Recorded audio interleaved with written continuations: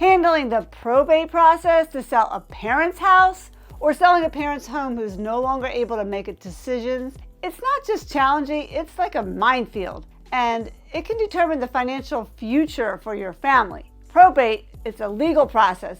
It's required. You have to manage and distribute the deceased person's estate. It's often fraught with complex legalities and emotional turmoil, and always some bureaucratic hurdles, especially among the siblings, that can significantly delay the sale of the property.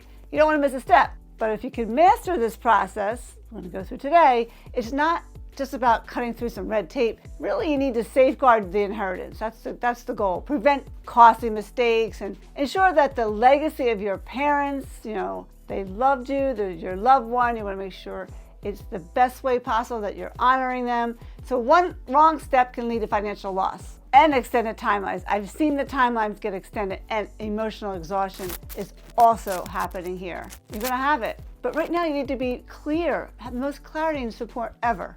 So this is a deeply sensitive yet incredibly important topic. Selling a parent's home after the passing, or if they're no longer able to make a decision, right? It's really a journey and a process that you can avoid. So many of us will face it in our points of our life where you're the executor or the power of attorney, and it's a difficult time. So I'm going to try to give you today some clear and compassionate and practical guidance along the way, and explore how you can honor your parents while also making informed decisions about their property. So I'm going to kind of uncover or cover today legal considerations and finding the right real estate agent. I'll give you a live example of a estate that I just handled on how to manage emotions to maximizing the home's value, okay? Because it's not just about selling the house, it's about, like I said, preserving their legacy and really finding peace in this time of transition. It's tough alone losing a parent and doing all this other stuff. Also, stay with me to the end. I have something special, a free copy of my probate guide packed with additional tips and insights to help you through the journey. But before we get started, please get your estate planning in order, guys. If you're an aging parent and you haven't taken care of your estate, or if you're a son or daughter and you have no idea what's in your mother and father's will, or who's the executor or power of attorney, get it handled. I've sold so many estate homes and dealt with the executor and power of attorney of an incapacitated parent or one or the other. And believe it or not, like 50% of them did not have their estates handled, okay, most of the time. And what happens is it costs a lot of time to the estate. It takes a couple years to close a whole estate. And mostly it's because a lot of times I find the parents are a little stubborn, and normally these estate homes I go into, they're not really in good condition. Parents haven't taken care of the home. I walk into the kitchen, there's still like a phone standing on the wall with a dial on it. You ever see those? That's what I see a lot in these estate homes. People really are staying in their homes. These people are really staying in their homes too long, longer than they should, and they definitely aren't prepared. So since losing a parent, and I've lost both my mom and dad, or handling a parent who's in memory care, it's challenging, it's heartbreaking, but we all have to face it. But emotionally, it can be very intense. And if you have that responsibility of handling an estate, it can get overwhelming, making sure you're making the right decisions. And one of the significant tasks you might encounter is that you have this place, you have all these memories and sentimental value. So that kind of lays like another layer, it's another layer of complexity when you're already having this difficult time. You have to sell the house. Like, what am I going to do with all this stuff? And that's why I always say, and I wrote a chapter in my book about it, you got to get a copy of this, about starting earlier than you think. So important. So if you think your parent's starting to age, or you're the aging parent, get a list of these low-cost fix-ups, get a room-by-room review, strategy number 4, and repairs and updates that will create value. I'm going to go into it a little bit later, but make it easier for your children to handle your finances, your estate at the end. So how do you get through all this? How do you navigate through these waters? I call it the home selling shark. How do you get through these sharks? What steps should you take to prepare your home for sale? You may be dealing with legalities like probate and inheritance tax, or preparing the house itself, clearing out personal belongings, making necessary repairs, and staging it for potential buyers. And each one of these steps requires careful consideration. That's kind of why I wrote a book about this. And it's a sensitive, make sure it's, have a sensitive approach to it. So I'm going to walk you through every detail of selling your parents' house, and I will take you through some strategies to honor their memory. It's very important, while making practical decisions, okay? And then also, I'll help you through these emotional triggers, How does it work with the real estate professionals? How do they get involved? And how do you make your home appealing to buyers? And arm yourself with some support and knowledge so you can sell your parents' home with confidence and compassion.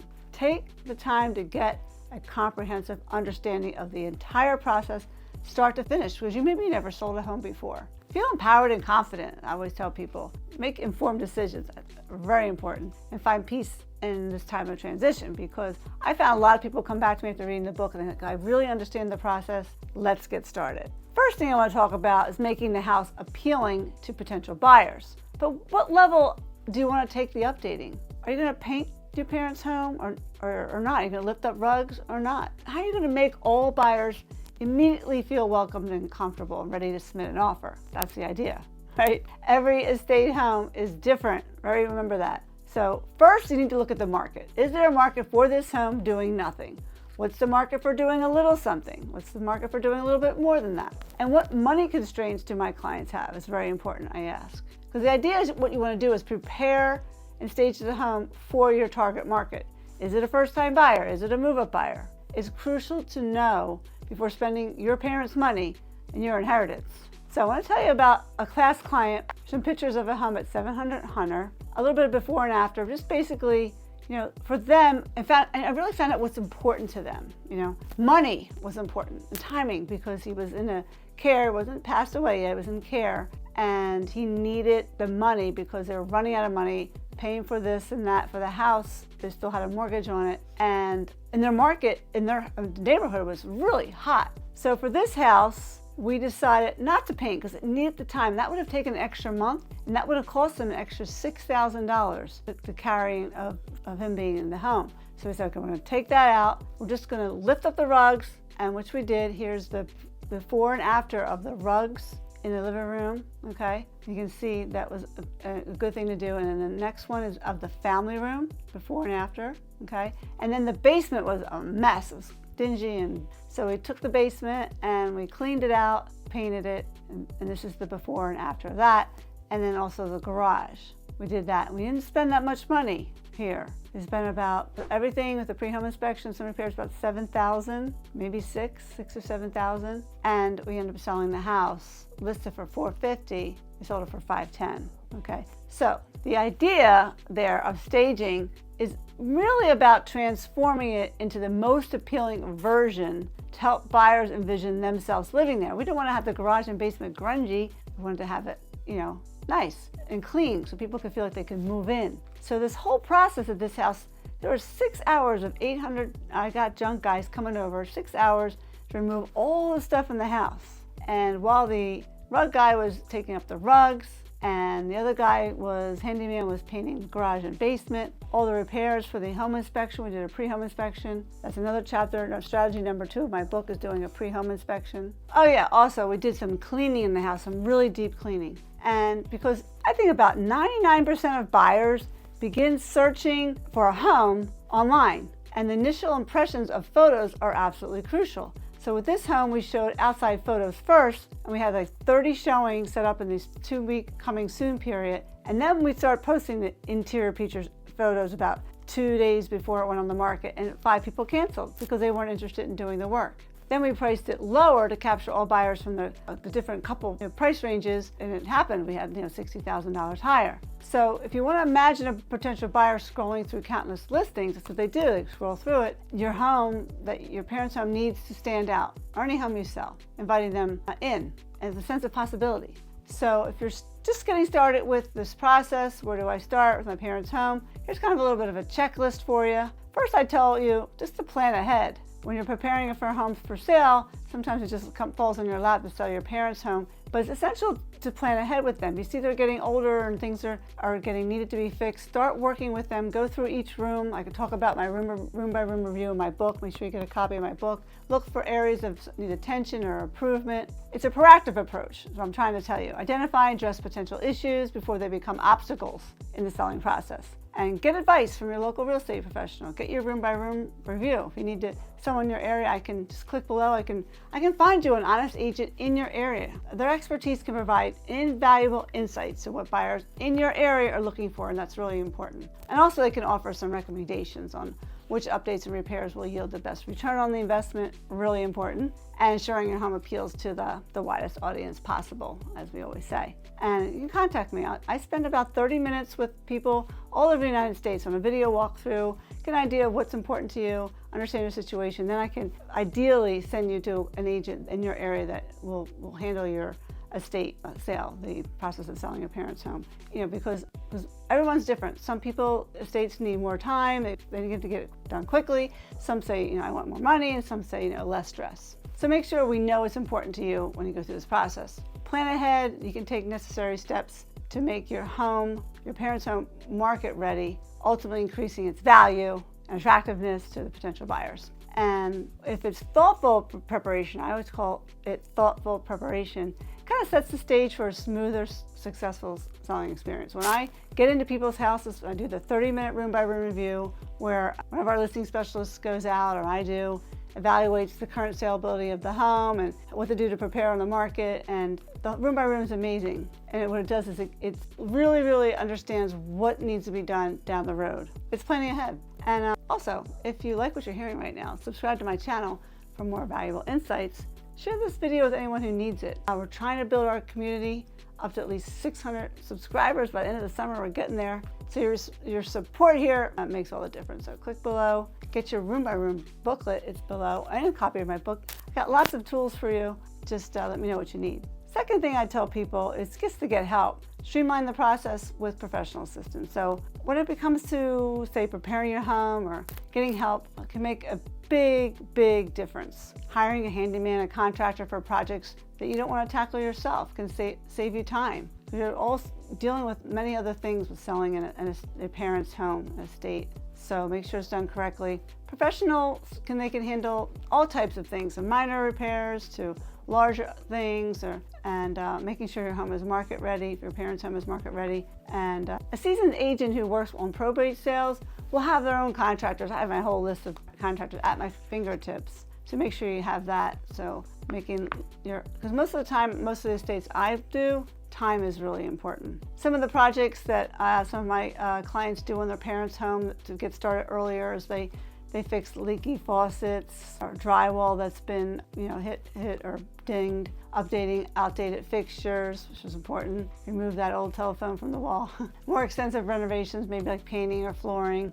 A contractor or handyman can better address these issues than you can, but if you can do it, great. I love contractors, I love ours, and they get so much business from us, and they love us too. So enlisting the help of professionals, whether, like I said, repairs, updates, or decluttering, it can significantly enhance your parents' house and your parents' home's market readiness, I call it.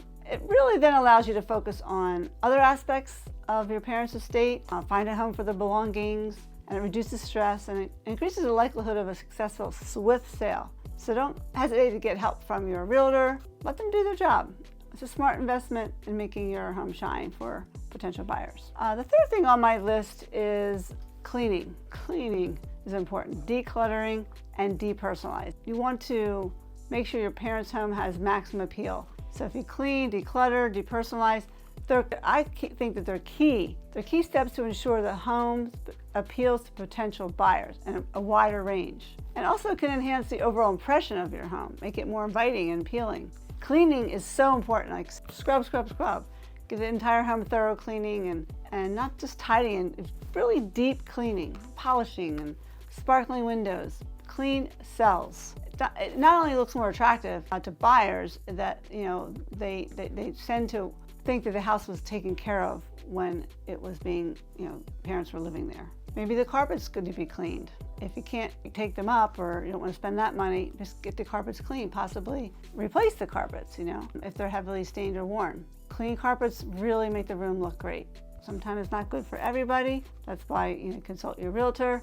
Decluttering, most estates don't have any stuff in the house, but sometimes they have to sell it with the stuff, so get rid of most of the stuff, unnecessary items, knickknacks, personal belongings of your parents. Let the buyers really see the house and their belongings in the space that your parents' house has, and it prevents distractions. Most of the time selling a parent's home, there's not much left, like I said, so most of the stuff is out of there. Sometimes I ask for like a bed or a dining room table or a kitchen table to stay there, just for the photos. Looks better. Otherwise you have all these just regular plain black walls. There's also professional organizers you can hire that have decluttering services that can assist you in sorting through belongings and decisions what to keep or donate or discard. It just simplifies moving when you have somebody there with you, like the junk people or things like that. And of course, depersonalize. If there's things in the house, start depersonalizing, moving your parents' family photos and personal collections. If they had any unique decor, get rid of that. Anything that reflects a personal taste is not good. We want to create like a neutral canvas, I call it, that allows buyers to kind of imagine themselves living in the home. And it also helps focusing on the home's features rather than on the stuff, right? And your parents' personal style. You can store personal items safely during the home selling process to make sure they don't they'll distract from the home selling points. Put them in the basement, or if you can't put them anywhere. And just depersonalize, create a welcome environment for people. So I think the best thing to do is invest time and effort in cleaning, decluttering, and depersonalizing. It can really help and get potential buyers to envision themselves living in your parents' home. And by doing this, of course, you're going to increase its attractiveness and maximize its potential for a successful sale. Next thing you want to do is maximize your curb appeal. Create an irresistible first impression, because we always put the exterior photos first. So the strong first impression cannot be overstated when selling a home. Buyers make up their mind, their initial opinions before stepping the foot in the home by the exterior of the house. Because the exterior photos, they swipe through the internet and I'm not going to see that one, just how the outside looks. So there's things you can do on the outside. It's inexpensive, like power washing, clean. Give it a big cleaning on the outside. Power wash siding and brick and stucco. Remove all the dirt and grime and mildew, any mold. Clean windows inside and out, inside the tracks there. Sure they sparkle, allow natural light to shine through. Fresh and clean exterior. It definitely enhances the home's appearance. So it also shows buyers and signals to them, hey, this property has been well maintained. And also the landscaping and lawn care. Take some time to do some mulching and trim your trees and shrubs. And also you can plant some colorful flowers. It kind of adds a pop of color, and curb appeal makes it really cool. Mow the lawn regularly and make sure you edge all the sidewalks and driveways. It's important. Just want to make really polished. Mulching, like I said earlier. And also any clutter. If there's anything in the yard that's clutter, if there's gardening equipment or outdoor furniture that's not really that good, get rid of it, things like that. And the entryway is always a good place to add some touches, some welcoming touches by a new doormat. I always get a new doormat. I actually have a couple of doormats at my office that I give to clients to use. Maybe some potted plants or fake plants just to make it pretty for at least for the pictures. All the outdoor lighting, make sure the new light fixtures, make sure there's a well-lit path and porch light, create a warm, inviting atmosphere for people. And also consider repairs and upgrades. Any visible upgrades to cracked sidewalks, peeling paint, loose roof shingles, things like that. These really small investments in exterior repairs can significantly enhance the perceived value of the home and reassure buyers that property has been well cared for. And also have your property inspected. I do this for all my listings. It's strategy number 2 in my book. There may be electrical outlets needing a GFCI or 6 feet from water, things like that. So maximizing the outside, the curb appeal sets the stage for a positive buyer experience, and it gets them in the door. If you don't get them in the door, we're not going to sell a house. And if you're interested in learning more about how to create an irresistible first impression when selling your parents' home, give us a thumbs up,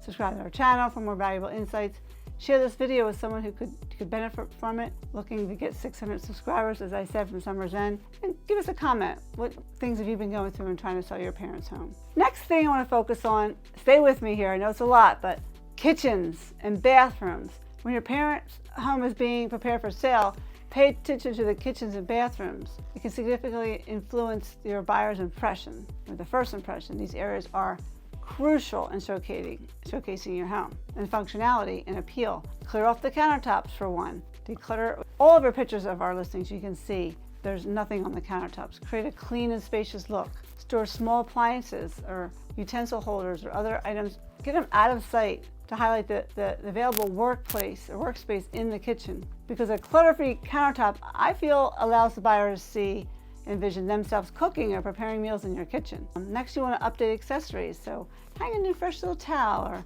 in the bathroom or the kitchen, add a touch of luxury and freshness. Consider replacing outdated hardware on cabinets. Do that for all of our cabinets, drawers and the faucets and the lights and things, something a little more trendy. The small updates, I feel, would modernize the space and improves the overall appeal. Next, cleaning appliances and fixtures. Make sure everything is clean, and your stove, your refrigerator, dishwasher, spotless inside and out. Pay attention to details. Stainless steel surfaces, which should be free of fingerprints and smudges, guys. Clean faucets, sinks, shower heads. Change out the faucets and sinks and shower heads if needed. Remove the water stains and build up, present just like a pristine appearance. I think you kind of can figure out right now what I'm talking about. And minor repairs such as wear and tear, loose cabinet handles, dripping faucets, like I talked about that a little bit earlier, cracked tiles. Just, you want to demonstrate that the home has been well maintained for your parents' home has been well maintained and cared for, okay? And also make sure you highlight features. Showcase any unique features of your kitchen and bathroom, such as granite tops or stylish backsplash or spa-like shower. These are elements, basically you want to emphasize these elements during your showings to captivate buyers and differentiate your home from the others on the market. And I feel by focusing on kitchens and bathrooms, it can make a small yet really impactful to the appeal and the value of your home. Next, I want to talk about senses, smells. Make sure there's no smells in the home. We use the ozone machine, put it on for 3 days and takes pet smell out. If there's significant smell in the property, you've got to do something about it, like parents who are smokers, things like that. It doesn't help when you're selling a home. Also the lighting, brighten up the rooms, guys. Just put some higher wattage light bulbs in there, maximize the brightness and create a more spacious feel. Open up the curtains and blinds, let natural light come into the house. And with the senses, just make sure the home smells fresh and clean. There's great fresheners that aren't overpowering, the diffusers or scented candles with subtle and universal appealing scents like citrus, like vanilla. Don't use overpowering fragrances that make people like, what are they trying to hide? And if there's been pets in the house, make sure there's no pets in the house when you sell the house. If there would be if nobody's living there, if it stays home. But some buyers do have allergies, so we have to let them know that the pet had lived there. That's why I do the ozone and just clean the carpets or make it have that smell out of the house. Depending on what time of the year, make sure the temperature is warm in the winter and cool in the summer. Make sure you maintain a comfortable temperature, really important. It's good to put in one of those Alexa, Ecobee, or the Google Nest, or whatever it's called, cameras, and also the heating thing where you can put it on the wall there, and then you just use your phone and change the heater right there. So you can do it, or the air conditioning on and off. So what's the goal here? Make it a memorable experience for your potential buyers who are going through your parents' home. So they'll come back and give you a great offer. Because it only takes one buyer who really wants to live in that neighborhood to say, here's my money, I want to buy it, and make them come in and throw money at you. So I hope this information was helpful as you navigate the process of selling your parents' home, if they're passing or maybe they're incapacitated. Remember that preparation is key. Get a copy of my book, get a copy of the Room by Room book, get a copy of the guide for probate. If you found this video helpful and you want to crave more insights, make sure you don't miss out on the next one. And what is it? It is the Magic Paint Color. It's filled with a lot of valuable content. And I'll see you on the next video.